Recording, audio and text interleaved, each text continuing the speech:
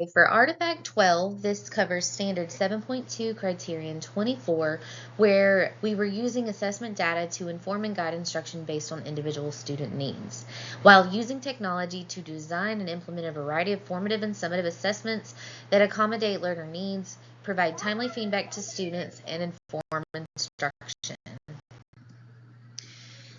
The test that was administered was a summative evaluation for ninth grade literature.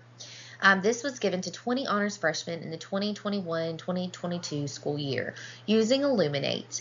There was no time limit. It was done in class and lockdown browser was employed.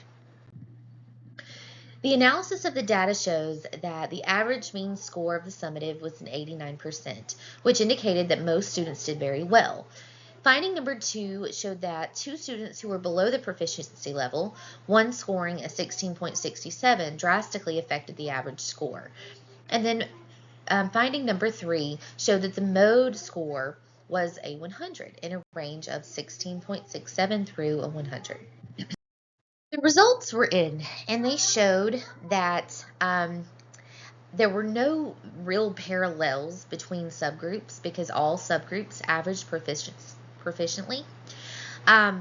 Additionally, my data was richly disaggregated, showing that my EL students all tested out of the program at varying times, and then the 2 students who did not show proficiency were both just outliers.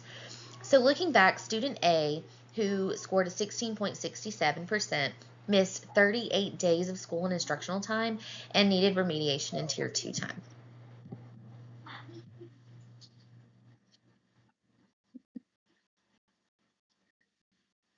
Assessments to my instruction. Really, the assessment confirmed that my strategies were working. Overall, I was pleased with the results at an 89%. For the students with absenteeism, as a challenge, I now know that Schoology, our learning management system, could possibly be updated with lectures which were recorded to ensure that their absences were not hindering learning. Although that would take a lot more time for teachers, especially myself, considering the workload. But differentiation strategies engaged my EL students, and due to timely analysis tracking, Tier 2 time will be quickly noted to students needing remediation until they are ready to retest, where they will earn max points. Okay, on to Artifact 12, Standard 7.3, Criterion 25, where there were opportunities provided for students to reflect on their learning data. The use of assessment data was here used to guide progress and communicate with students, parents, and education stakeholders to build student self-direction. The learning opportunity presented for students for reflection was done during remediation time during Tier 2, which is a 40-minute time built into the academic day for remediation. Students use progression ladders, as you see here on the right, to reflect on learning and track their own progress. They were also given opportunities for weekly conferencing. As you can see, the learning progression ladder shows the learning targets needed for mastery. The students then check mark when they felt proficient, and teachers would provide evidence of that and initial buy-in. In reflection, data is imperative for a diverse class, and most of our classrooms today are very diverse. I want to plan to continue to look at subgrouping with more intent.